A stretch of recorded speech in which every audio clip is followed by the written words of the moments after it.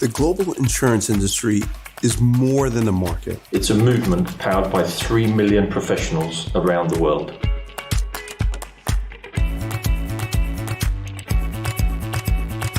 Together, we support communities as they rebuild after disaster. Help businesses through risk and uncertainty. Protect individuals as they plan for brighter futures.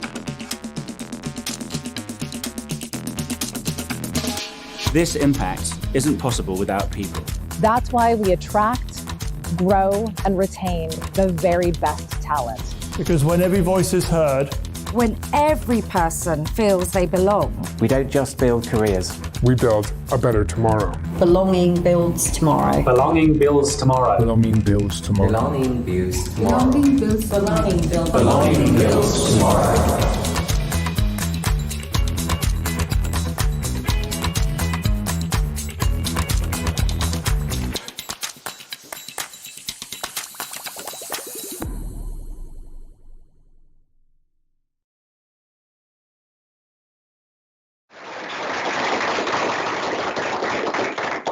Everybody, can you hear me okay? Yeah. Good afternoon. You know, being transparent about the fact that this is a global event, so good morning to you all, and good afternoon or evening, depending upon where else you may be. My name is Les Middleton. I am the founder of Accord Resource Group, where we do all things AI, but I'm also the president of the NIA Chicago chapter. The NIA stands for the National African American Insurance Association, for those that may not be aware. But more importantly, today, I'm the co-chair of 2025 Dive In Chicago. So objectives today. There's 3 key objectives. So I do not want to all being inclusive, but more importantly, when you think about belonging, the main thing that we want to try to do today is identify effective methods to attract and retain talent, creating trust and a sense of belonging. Right? Belonging is a feeling. Right? You want to create spaces where people have the right feeling. And that's what we're going to unpack a little bit today. And so not only that, trust and a sense of belonging resulting in high-performing teams that are better equipped to meet the evolving needs of our clients within the insurance profession. And then secondly, we want to explain how the global insurance industry can create engagement and momentum around collaboration to make itself more attractive to a broad range of talent like this room today. And then in addition to that, deliver future innovation and operational effectiveness. And I know a little bit about operational effectiveness, operational life. But lastly, develop guidelines, actions, and role modeling opportunities that reflect an inclusive culture which empowers colleagues. So let's give that a round of applause. Today is to introduce our keynote speaker, right? This is a very impressive individual, and not only that, but an impressive organization I've had the opportunity to come to know and plan on working alongside this group for an extended period of time. But our keynote speaker for today is Scott Hoesman. He's the CEO of inQUEST Consulting. Scott and his team at inQUEST are organizational cultural experts who have partnered with clients in 22 countries across the globe to help make their workplace and workforce for everyone a better space at the end of the day. So just think about that. That's a daunting challenge, Scott, to take on, and we appreciate you for continuing to lean into that work. But Scott's early career in financial services led him to the DEIB consulting space almost 30 years ago. Now, let's just say he has seen the ups and downs and the twists of the industry, not only in the US, but abroad, globally. So when you think about the ability to have access to and be in rooms across the globe, he's seen a lot. And so in addition to that, I'm also excited to hear he's using that experience to help us all navigate today's landscape. And I think it's also important to note that many of inQUEST clients, past and present, come from the insurance sector. So he's familiar with what we do. He knows the language. It's secondhand to him. He's not foreign to what we talk about on a day in and day out basis.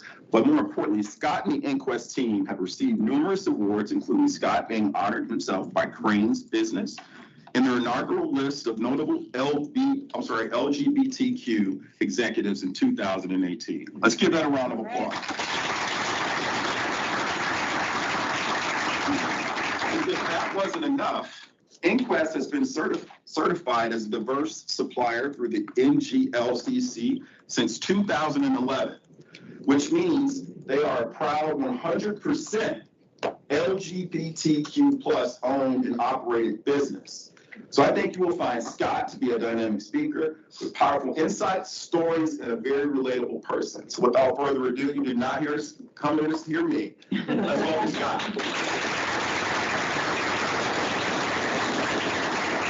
All right, guys, thank you, and thank you to the Dive In Committee for having us and hosting not only this session, but a week of activity and events. We have just been so privileged to be participants with you, and I'm honored to be with you in your morning, your afternoon, or your evening, wherever you may be. Julia, how many folks do we have online? We've got about, it looks like maybe 80 in the room. How many online do we have with us? I don't have that one. Some number greater than 80.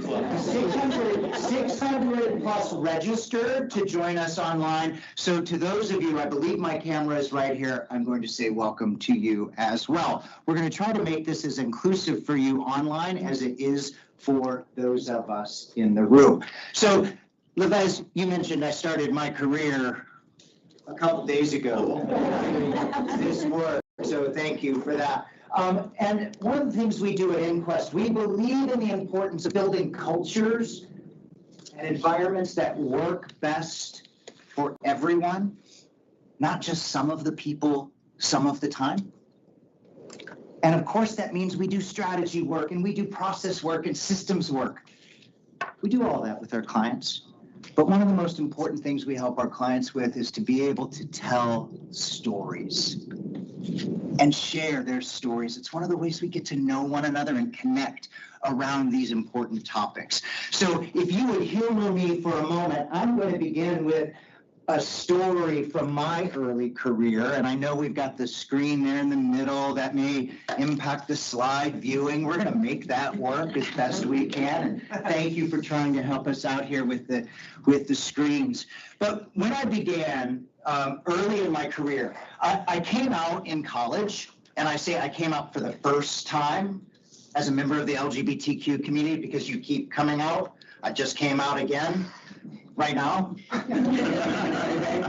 it's something that keeps happening, but I came out for the first time to myself and my close friends and family in college. And then I got my first job, and I was out there, and it was a great experience. And then I applied for what I thought at the time was my dream job, and in fact it was. I was like, this is what's going to help propel my career. And I applied, and I got the job. And as I was talking to folks, this was a 94,000 employee bank. I'm super fired up, as you might imagine, when I get the job, right? And as I'm talking to folks in my network, my coach and my mentors, they were consistent in what they shared with me. Scott, congratulations, we're excited for you. Please don't come out there. Do you hear me? Yeah. Don't come out there. It's not going to go well for you if you do. But great job on getting the job. And so I thought, okay, what do I do with this? This is, I mean, how do I navigate this? And so the commitment and promise I made to myself was like, all right, fine. I'm not going to be overt about this. But here's the reality. If anybody asks me a question, I'm going to answer them directly. But when I started, I got really good at using kind of vague, ambiguous storytelling techniques. And I was dating someone named David at the time. Don't get too attached to David. He didn't last much longer. My husband and I have been married now for 9 years next month and together for 28. So do the math on this. So again, don't get too attached to David. He's just a brief little moment in the story. But so I'm seeing David, and as I start this job, I'm so excited. And I don't know if any of you know somebody like the person I'm getting ready to introduce you to, and her name is Pam. Pam, when I started, was like the whole department and our location's social coordinator. She was like our matriarch, making sure everyone was taken care of and knew what was going on and knew how to navigate this world. And Pam was amazing as I began my career at this organization. She took me under her wing. Pam was also really nosy. She wanted and asked a lot of questions. And I got really good at answering those questions. Like if she would say, hey, Scott, what are you all doing for the weekend? And I would say, oh, well, we're going to see this movie, right? Or we're going to go try this restaurant. We, never he. Or right? Do you see that there? Because I was staying true to my commitment. Well, one week, this is about 6 months into the gig, and it's going really well. I'm working really hard, already performing really, really well. And David and I are going to meet his parents in Tennessee for the first time. I'm excited, right? And I'm nervous. So Pam asks, as she always says, what are you doing this weekend? Well, I'm going to meet the parents. We're both really nervous, but I'm hoping that it goes well. And that's what we're doing. She was like, oh, great, good luck. I can't wait to hear how it goes and hear all about it. That was Friday. I leave. We go have a great weekend. Monday morning, I'm the first one back in the office. Got a lot to catch up on, want to get a head start on the week. I'm there early. I walk up to my cubicle. We still had cubicles, do the math. It was 30 years ago, they're not new. Cubicle, I walk up to my cubicle and I'm like, okay, I'm gonna get started. And out of the corner of my eye, I see Pam. And I'm like, I am not ready for this. It's too Monday. I grab a stack of papers off of my desk and I do a quick bolt to what we called copier room at the time. Now for some of you this may be a new phenomenon. It was a room where all these copy machines were, because we actually used paper back in the day. And I remember I turned the corner of this copier room and today, as clear as if it was then, almost 30 years ago, I can smell the toner of the copy machines. I can see the way the light was coming in the windows, is how clear this memory is. What I didn't know, Pam was right behind me on my heels. And I hear Pam say to me, Scott, I can't wait to hear how your weekend was, but I am so horrified. I realize I've never asked you her name. Oh, no. In the copier room, on the copier, on the end of the copier machine, was what you see on the screen now. Some of you may know what this is called. Anyone in the room know what this is called? Dixie cup. It's a Dixie cup. It's a Dixie cup sitting in my line of sight on the copier. Any ideas what came out of my mouth? Her name is Dixie. Her name is Dixie. In that moment, who did I let down? Yourself. Myself. So in the room, I'm not going to, sorry, this is an interactive portion. You can feel free to come out, play along here with chat if you would like. But I let myself down. This was a values commitment that I just broke. Who else did I let down? Your partner. David. David. It had nothing to do with why the relationship didn't last. But I let David down in that moment. Right? My partner. Who else did I let down? God. Whatever higher being purpose. Thank you for that. And this woman. And Pam. I let Pam down too because I didn't give Pam the benefit of the doubt or of knowing. But what I was clear about in that moment was, and this moment that I just shared with you started my journey for the last 30 years in my life's work of making sure that folks felt and had psychological safety to be who they are at work. I didn't use those words at the time. I didn't know them 30 years ago, but the concept was alive and well, and that moment started my trajectory over the last 30 years. Workplaces that work for everyone, including Pam, including me, including others. Now, my story, insert any number of personal circumstances that may be going on for anyone in the room or online. Imagine if I have a disability and am uncomfortable announcing or self-IDing. Or I have weight gain, weight loss. I have a parent that I'm caring for, a child that I need to leave early for.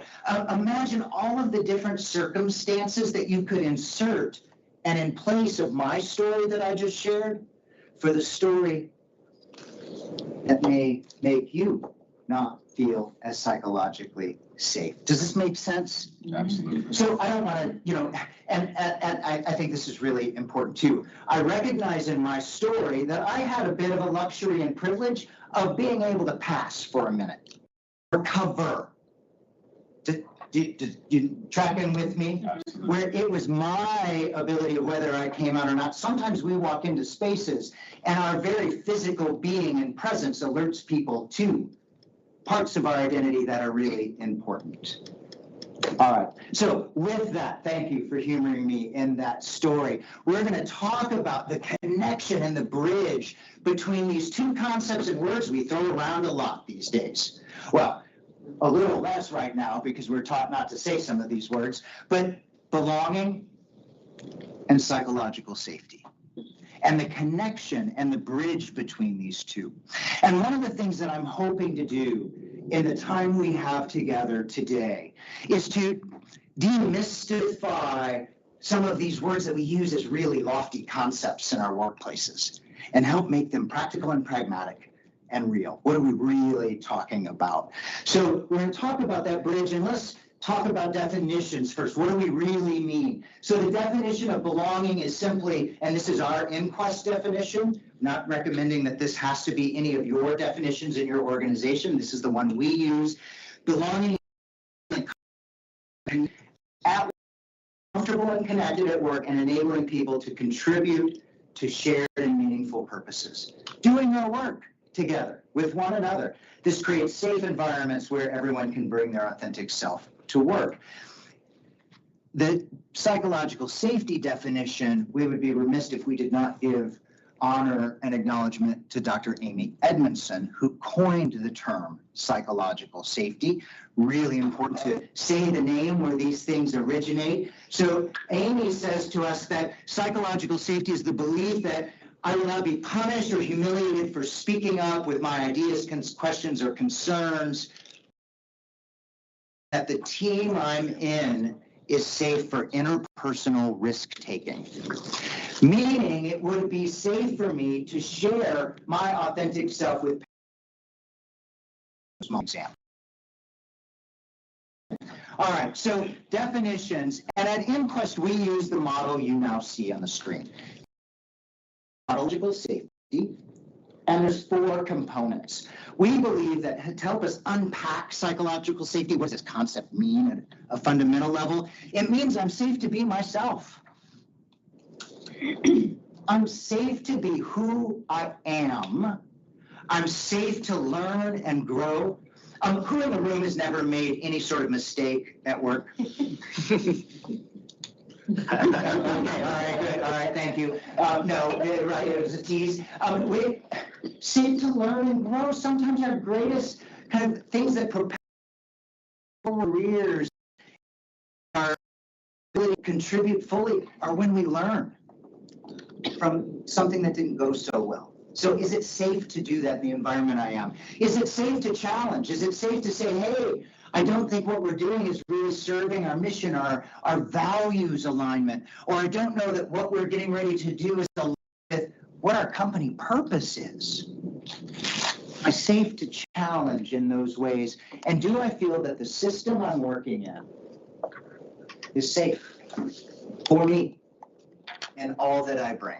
So for us at inQUEST, it's those 4 components of psychological safety that are really, really critical for us. We're going to do a breakdown of each of these in just a moment.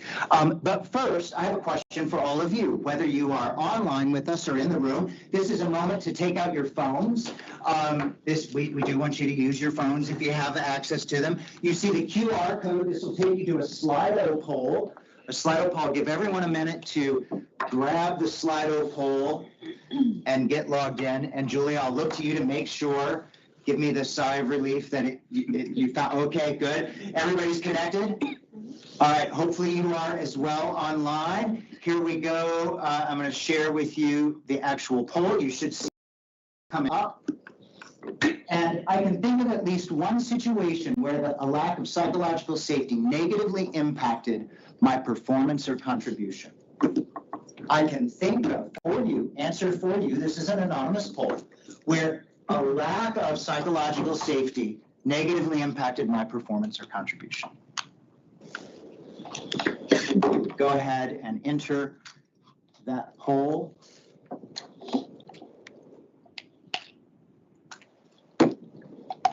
At least one situation where lack of psychological safety impacted my performance, negatively impacted my performance or contribution. All right.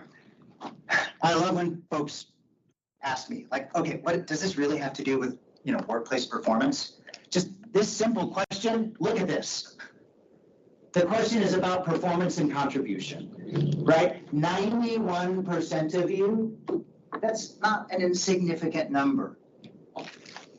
What if I had asked you if it's happened more than once or repeatedly, or was a common story in your career development? These very topics impact performance, and how psychologically safe we work in our organizations to grow. Thank you for that poll.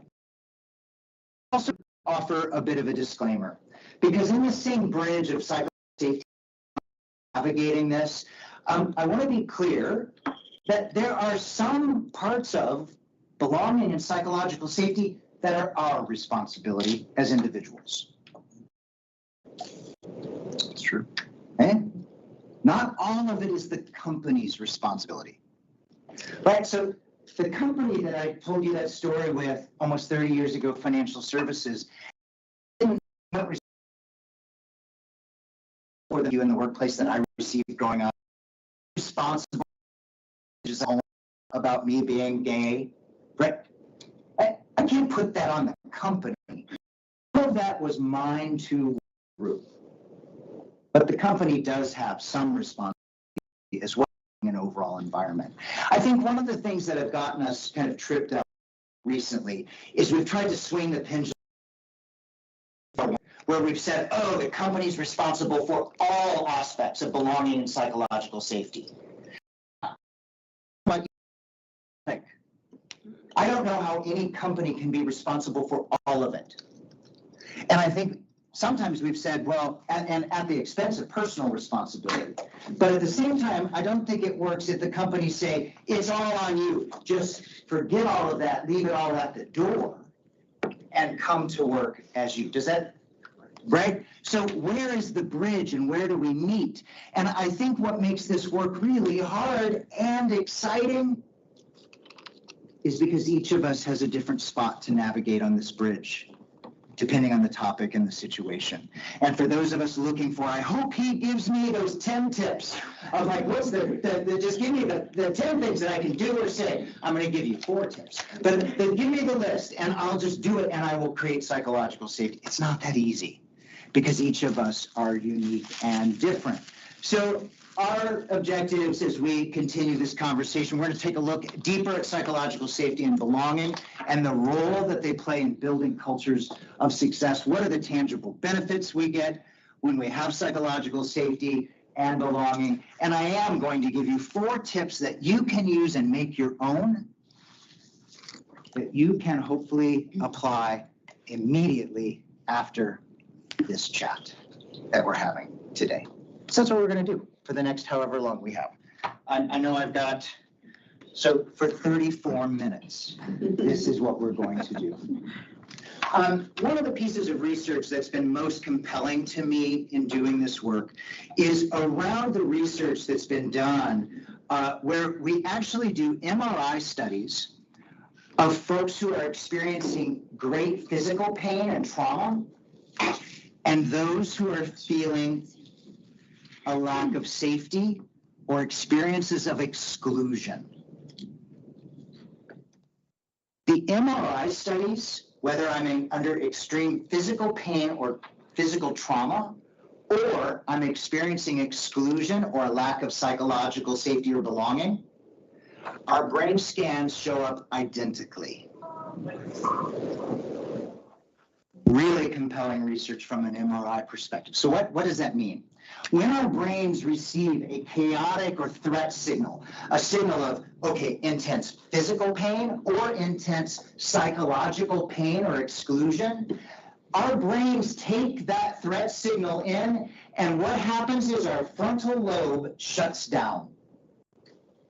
We go into fight, flight mode, right? Some of you may have heard that before. Our frontal lobe, and our frontal lobe, this place in our brains is where all of our problem solving is. It's where our ability to hold different scenarios up and create new patterns and innovate and problem solve.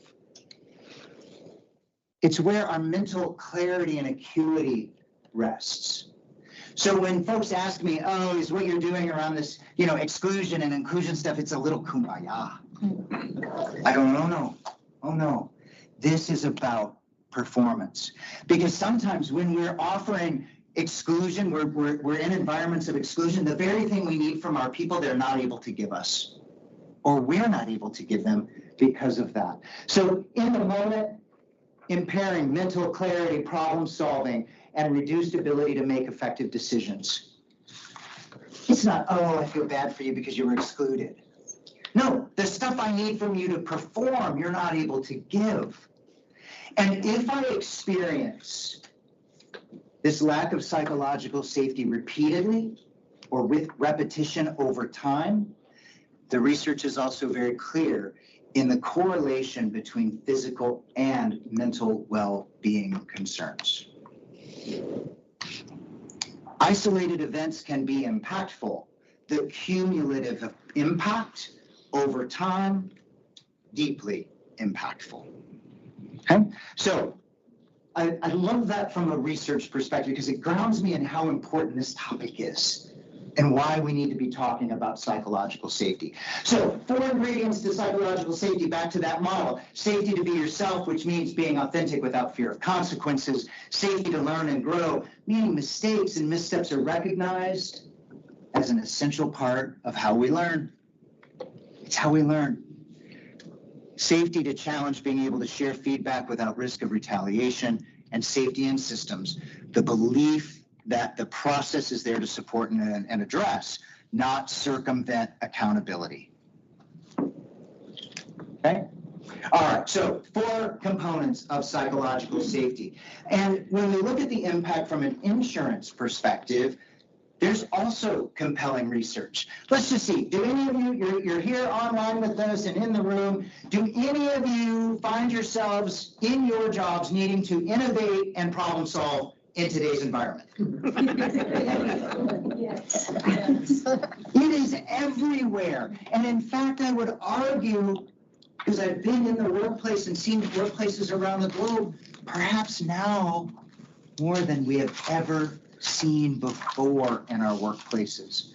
Are any of you facing situations and scenarios that you've never encountered before at work? Yes. Yeah. And so how do we innovate and problem solve around that? We need all of our brains, our whole brains, activated and applied against these problems to be innovative. Do any of you ever worried about employee engagement and retention?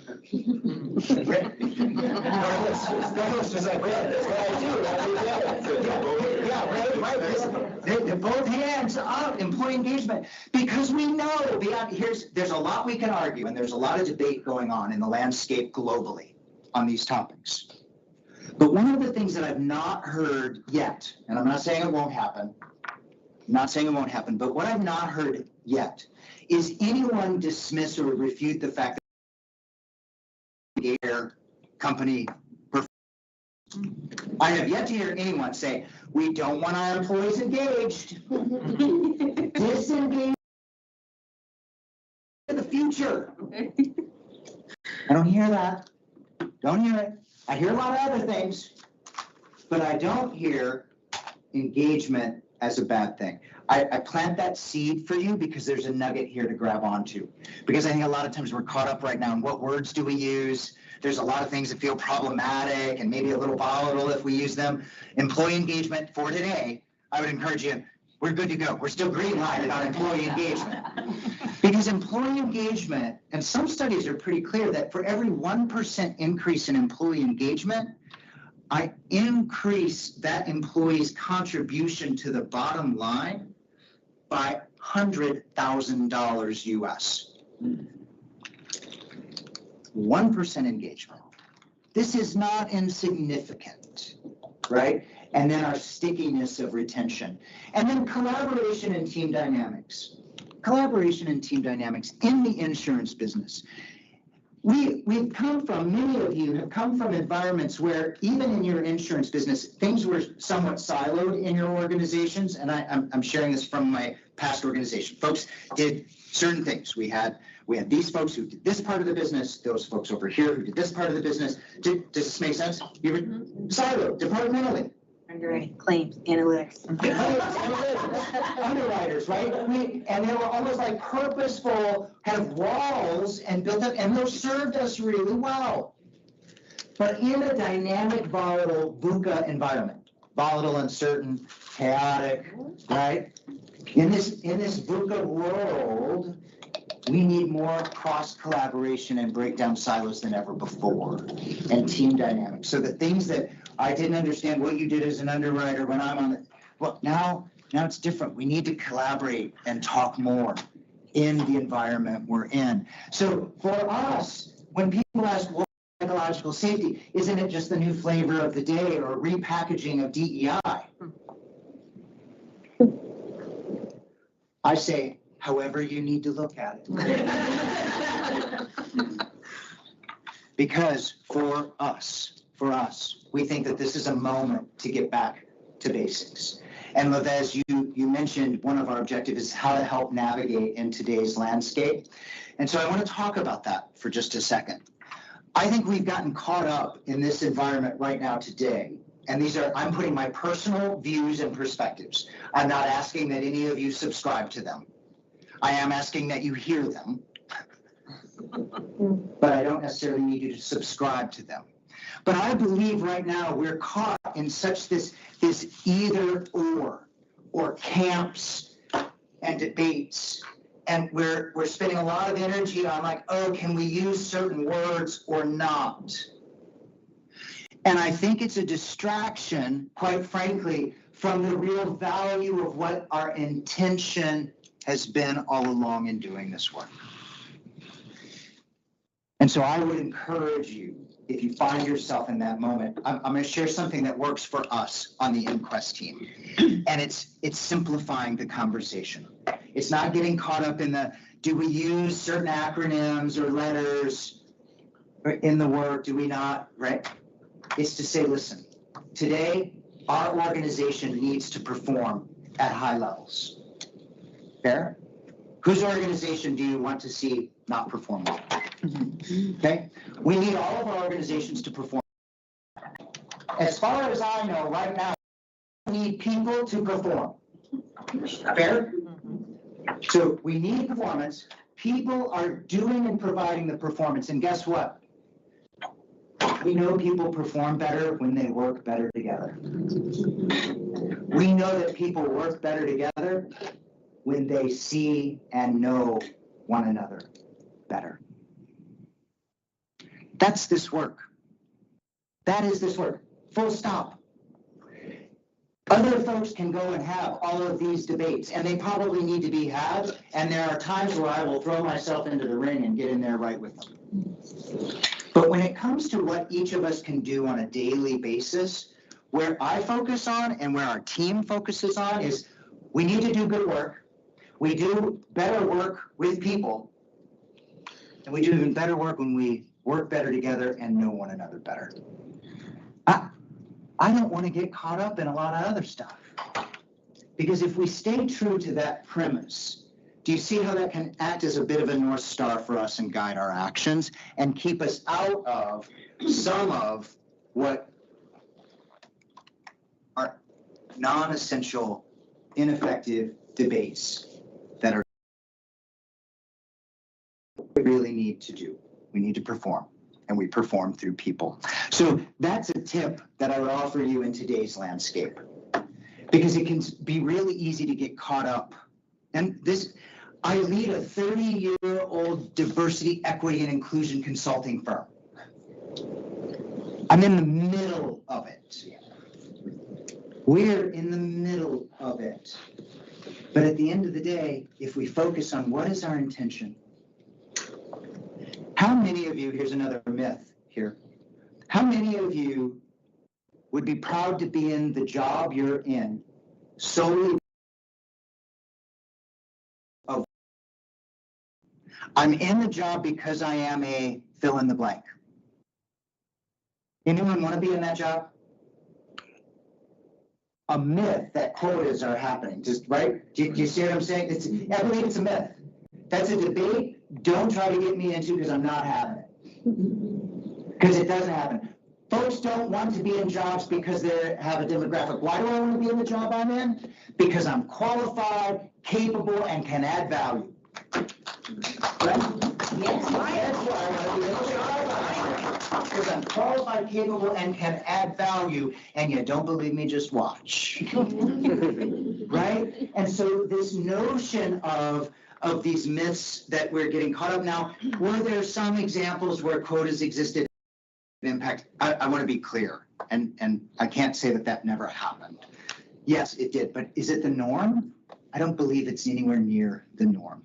So stay back to basics on this topic. Really focus on what the intention is of creating workplaces that work for everyone. So here's a question for you. Who has some version of a speak up culture in your organization? So if you see something, say something, or something doesn't work, I've got an ethics hotline, I've got something that I can share. Does any, give me some hands if you have some version of that in your, okay, so, you know, the majority of folks in the room. And so this is your second Slido poll, and this is for the folks online as well. So the QR code's back up.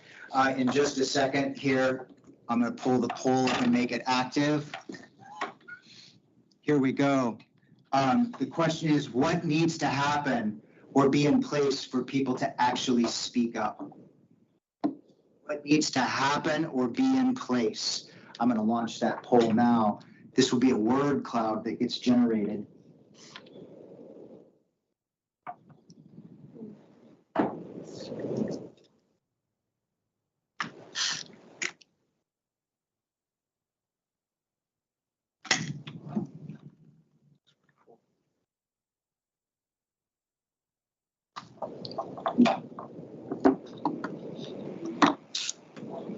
As you're making those entries, a note, you've likely seen several word clouds. The larger the word means the more number of times, or the greater number of times that word has been entered. I'm loving what I'm seeing up here.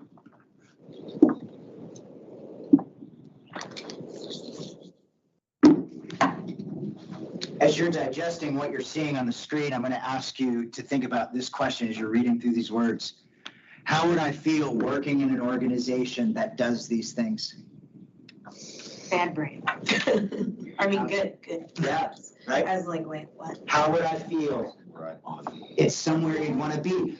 No retaliation, safety, trust, acceptance, support, and a process, zero tolerance, safe from retaliation, the right culture and environment, listening, an open door policy. Results need to be seen, security, openness. I'm supported to actually speak up. These things are not pie in the sky, unattainable concepts. These are concepts that we can make happen in all of our organizations, and we all have a role. Yes, do our CEOs and leadership teams and do they make an impact on culture? Yes. But can each of us make an impact on the culture as well? Yes. Yes. And the answer is yes, right? So I thank you for these inputs, and they keep coming in, and I'm loving this culture of acceptance, courage, one of my favorite words in the space, compassion, vulnerability, some great stuff up here for us to try to create. So what I'm going to share with you next are 4. We've tried to keep this really simple because this can get heady and conceptual really fast. Belonging, psychological safety, even just the word psychological safety makes me think of like college courses, right? So, but we want to try to break it down just a little bit. And what I'm going to give you are 4 simple tips and actual language of things that you can ask or do immediately, even starting this afternoon or this evening or tomorrow, wherever you are, to help create more psychological safety for yourself and others, and trying to be as simple and straightforward and practical as possible. I'm going to skip through these for time. So, well, I'll just share with you. There are reasons why people don't do those things. Quickly, I'll cover this. So they're afraid they're going to be viewed poorly if I raise my hand and speak up. They're afraid, or they have a culture of silence. Like that's the cultural norms or peer conformity. Don't, Levez, don't do it. Don't do it, Levez. It's gonna make me Rock the boat. Rock the boat. Oh, great. You're gonna say that, Danny? Now there's gonna be more work for me. Thanks a lot. Right? Lack of opportunity, not my role, or that's your business over there. It's not for me to speak up. There's all sorts of excuses that we can have for not speaking up, and some good reasons as well. So what can we do? So tip one, be a role model yourself. On this notion of safety, to be yourself. Whether we're working with senior leaders or individual contributors, we say the same thing. You know what? You want to create more psychological safety in the workplace? Show up as you. In a workplace context. So there's a caveat. Remember, we're talking about the container of the workplace. I think there's another myth here. This notion of bring yourself to work, I think can be a little problematic. You get what I'm saying? I think this is an example where there's been a little overreach. And where some folks have said, you know what? No, I don't need you to be bringing that to work because that's not workplace appropriate. That's not workplace context. I'm going to give you an example. Tomorrow night, for those of you who are not, so you're in the room, you're in Chicago, you likely know that Lady Gaga is in town. For those of you who are online with us around the world, Lady Gaga is doing 3 shows. Last night, tomorrow night, and Thursday here in Chicago. I am going to Lady Gaga tomorrow night. I will not be wearing but I had better not show up today for this keynote in what I'm wearing tomorrow.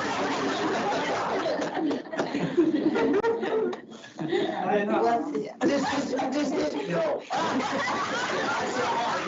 Oh, we want to see it. The answer is no. My point is, there's humor there, but again, there's this balance. I think we've gotten to this like pendulum swing. It's got to be all or nothing. No, we're talking about being a role model in a workplace context. And we can't forget we're in a workplace container when we're having these conversations. So is there everything? Anyone ever heard of the iceberg model, to talk about diversity? This is not about emptying the ocean so we see everybody's entire iceberg. That's workplace inappropriate. So there needs to be some balance. But with that in mind, we do encourage all of us to be a role model. And there's something you can ask. On each of these slides, there's a simple question that we would encourage you to make in your own language.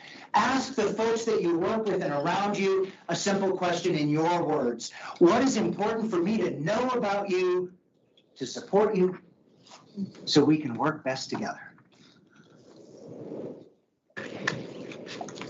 It's not asking a question, what do you need to feel psychologically safe to? You say, like, I don't know how to answer that. But what do I need to know about you that's going on for you so we can, Carlos, work better together today? For those in my circle right now, know they have with advanced Parkinson's. They know that when my phone rings and it's one of the doctors, I stop whatever I'm doing, even in a client engagement, and I take it. And I ask my colleagues to help support me in that. I'm verbal with that because it impacts how I show up in a workplace context and what I need to navigate in that support. Imagine if all of us asked this question of one another more often. Think about this afternoon. I'm going to challenge everyone here this afternoon or tomorrow, because it's late day for some of you. Find one person you interact with and ask your version of this question. Now, some of them may say, all right, you have never asked me anything like that before, and I've worked with you for 15 years. What session did you go?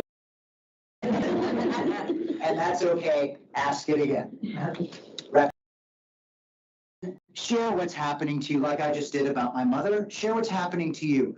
The more we story tell in a workplace appropriate context with one another, in our team interactions, in our colleague interactions, the deeper bonds we build, team collaboration and trust, all those things, those wonderful words you created in that word cloud become a reality when we do that. So that's tip one, safety to be yourself.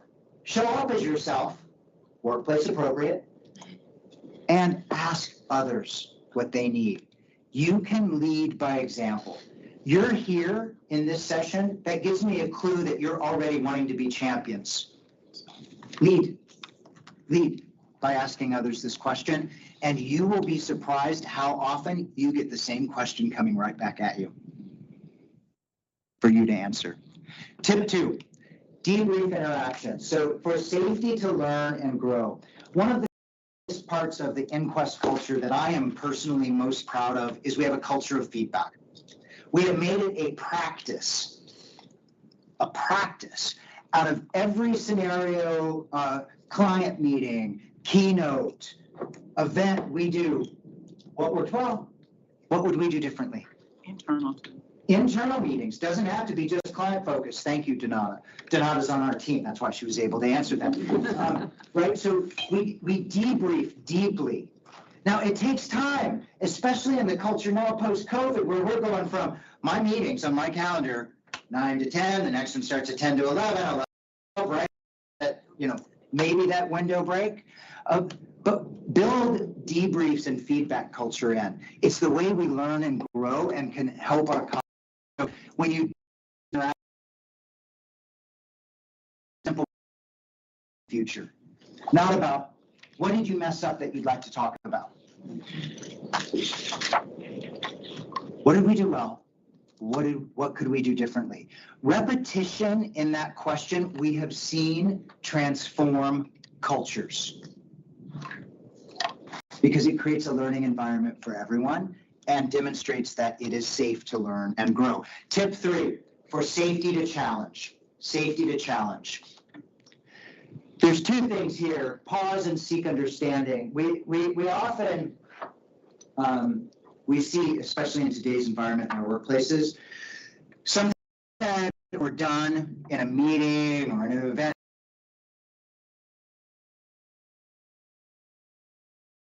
Or is that just me? Yeah. Anyone ever been in that too, right? If they just say that, here, and this is what we practice ourselves, first is to pause. Take a breath. When I have that reaction of like, oh, what's going on? It's a signal for me to put my brain into my brain. Take a deep breath. What's happening? I'm going to run that through my brain. So I pause and seek understanding. What do I think their intent was? What am I watching the impact happen of those around me, right? So that pause and understand is it's like, all right, we just if we could change one thing about how that went, what do we think it might be? Or is there something that we could do better the next time and change the way that we're working together? Again, it's about asking open-ended questions that we have, in our experience, are so often task focused in our demanding jobs. Does anyone feel like your jobs are demanding? In our demanding jobs, that we sight of this ability to step back, pause, and understand. And it's okay for me to challenge a comment or an experience that we may have. We've got to be able to take time to unpack that. Finally, tip 4, safety in the systems. Ask them whether I'm a leader, individual contributor, manager. What support and resources do you need to contribute your best or to be even more successful? Can't we ask that of one another? I think we've gotten in many organizations, we see this where individual contributors will say to us, quote, "That's not my job, it's the job of a manager." And we say, wait a minute, we're all responsible for creating a culture where we all have the resources that we can to survive and thrive.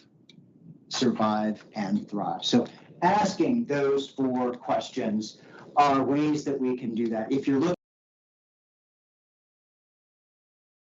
may be a good one to take a shot of. Yes, I see a hand and a question in the back, which is perfect timing because that's where we're getting ready to go next.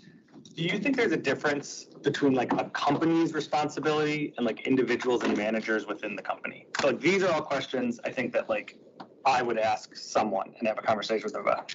But how is like the company as a whole creating that environment versus individuals in one-on-one interactions or small group interactions? So the question, as I understand it, so thank you, I'll repeat it so everyone can hopefully hear. The question, and make sure I get this right, is what is the company's responsibility in creating this environment versus an individual responsibility? Okay, great question. First, I will tell you that I've done this presentation through the lens of individual responsibility. What you're seeing here, because right now in an hour keynote, you're coming from organizations all over, I can't commit to any of your companies' work. So I'm purposefully in this moment focusing on the individual with these tips. Mm-hmm. And your question is valid. What does and can a company do? A company can build in reinforcements in their performance management plans. Do we just reward outcomes, or do we also reward how you get those outcomes? Do you live our values, or do you just produce results? Right? So systems matter here. What's rewarded and talked about and measured matters. That's what a company can do. A company can also pay attention to what their senior leaders are modeling. And some of the greatest disconnects I see in organizations, it's where the senior leaders say that everybody else needs to build this culture, and yet they don't model it at the top. And they think they're playing by a different set of rules that we all see. Modeling at the top matters. Does that help a little bit? Yeah, is that like systems? And that's safety in the systems. So that's the biggest part of a company responsibility, is creating the systems that demonstrate that support. Okay, thank you. I see another question here. We're going to try to get some mics I was to you. just following along with you. So you're saying top down. Let's get the mic to you. Thank you. That way everyone can hear. Thank you. Hello, testing. So you're saying it's top down. So if the CEO and the executive leadership does not follow this set of like a paradigm of thinking, it doesn't matter what's going on the personal level, right? Actually, I would disagree. Do our senior leaders influence and have an incredible influence on our cultures and our organizations? Yes. But do they own my entire experience? No, absolutely not. And my team, the environment I'm creating with my colleagues that I'm working closely with, no, I'm not giving that responsibility, my responsibility, up to anyone. Does that make sense? So does it matter at the top down? Yes. Does bottom up also matter? And I'm going to add a third, middle, up and down. Our poor middle managers, we call them the squeezed middle. Yeah. Right? They're the squeezed middle. It's like no win for them right now. It's really tough. I want to be paying attention a lot to the mid-management of organizations right now, because they're the ones responsible for our greatest people leader impact. And the number one factor of whether or not I stay at a company or not is the relationship I have with my direct manager. So I come from a Lean Six Sigma management background. Love it. And when we're transforming organizations into lean thinking, the organizations that actually adopt it and perform well after it are the ones where its founders and executive team accept a lean thinking methodology and do not delegate that work. And correct me if I'm wrong, I think, yes, on a personal level, it's responsible. Each individual is responsible for their own accountability. On a grand scale, I think the leadership team and the founders need to absorb this way of thinking for it to actually have lasting effect. I couldn't agree more, and sometimes I'm not waiting till we get it. I want to be really clear. I'm not waiting sometimes till I get it, because otherwise then they're impacting me, and it's a values And that's infringement. when you need to exit. I see one more hand here. Can we get a mic up here? And then we're going to start wrapping this up. Thank you for the engagement. One more mic here. Thank you, Lopez. I can also shout, but I know it's... No, then it's easier for you. To hear. Okay, thank you for the microphone. My question goes to, and I think you were kind of hitting on this a little bit towards the end of that discussion. Yep. The be a role model, I really love, but I feel like sometimes the safety and systems, it gets tiring to be the role model because you get the feedback where people aren't, you keep saying over and over and people aren't running with it. The systems aren't in place for you to be a role model. I guess, what do you recommend in those situations? Is it, I'm going to stop being a role model to save my peace, or do I leave? Maybe.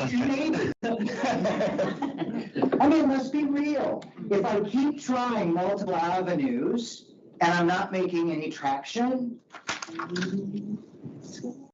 what might that be telling me?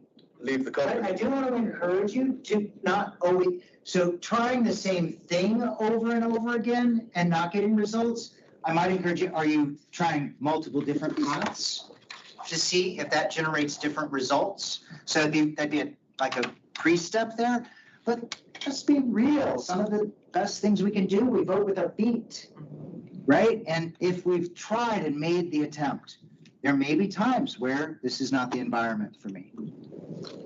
Yes. So I just wanted to add that I think Let's get the microphone. I know it's actually, the microphone is this will get you to use the microphone. It's an inclusion practice to make sure.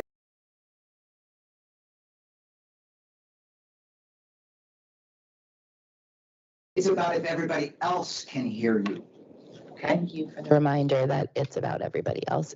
I think what I hear you saying is that in psychological safety that there is a sense of personal agency, and that agency is your choice of how you respond, not react, and it's your choice of whether you stay or go. It's all about agency. And the company has responsibility too, and I have responsibility. Please don't swing the pendulum and think about it as an either or would be the message I'd leave with you. 2 quick polls. I know we're at time. Final polls. These are for you to leave you with a quick self-reflection. So if we go back to your Slido here, think about yourself. Which of these 4 elements of psychological safety are you better at creating more than the other 3? What are you better at creating for the colleagues who work with you more than the other 3?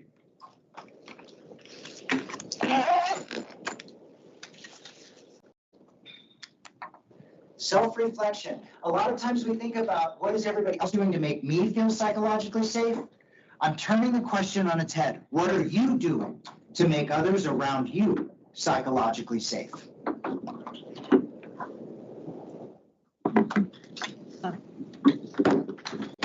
Safety to be yourself in the lead with 48% right now. Safety to learn and grow, 38%. Safety to challenge, 12%. And safety in systems, which makes sense. A lot of that is the corporate structure kind of work to set. Now, next question, next poll. I'm going to move us forward. Think about yourself. Which of these 4 elements do you struggle more with? So I asked you, what do you do better? Which is the one that you struggle more to create for other people, more than the other 3? This is a struggle question. Safety to challenge, safety in systems, close second. an inversion a bit of what we saw on the previous poll, which would make sense, right? But I'm asking each of you to think about where might your growing edges be. How can you create more psychological safety for those who work with you every day?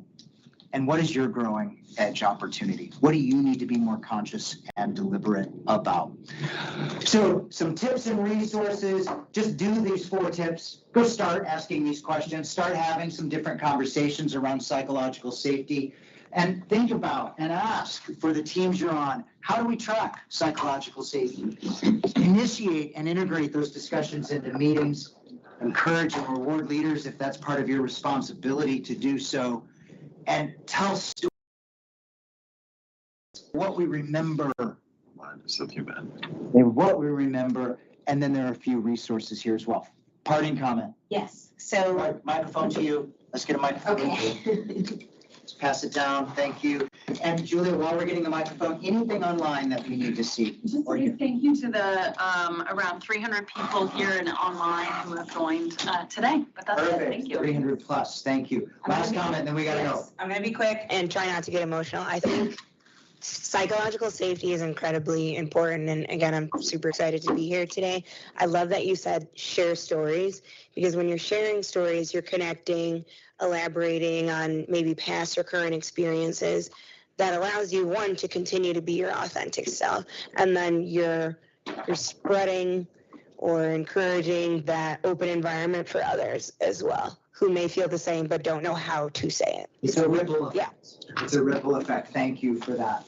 And with that, I say reach out, stay in touch. We love LinkedIn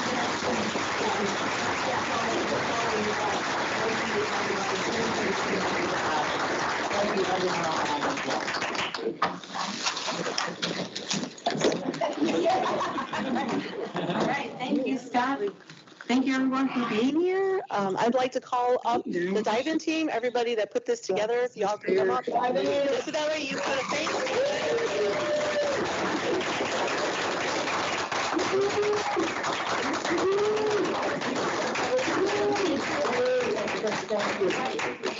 I do. Did you want to say that? No. Okay. Hi, everyone. Thank you so much for coming, and thank you, Scott. Thank you for participating, for those who were able to. Just real quick, my name is Kieran Welch-Phillips. I lead diversity and inclusion and corporate philanthropy for Markel. So thank you. We're hosting the lunch, which will be here momentarily, and just wanted to share a quick little bit on that.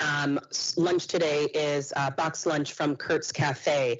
They're in Evanston, Illinois, and sort of a tradition for the Chicago event is giving back to our communities. And Kurt's Cafe is a nonprofit. They started in 2012. They've assisted about 650 students to date, and they work with at-risk youth from the ages of 15 to 24. They work with those specifically who have dealt with the judicial system, those who have a lack of access to education and housing, among other issues that they may deal with. And Kurtz provides training in the culinary arts as well as other life skills, and then works with them for job opportunities that they might not have otherwise. So highly recommend to check them out. They provide great food, and it's a great way to give back to the community. So just wanted to shout that out.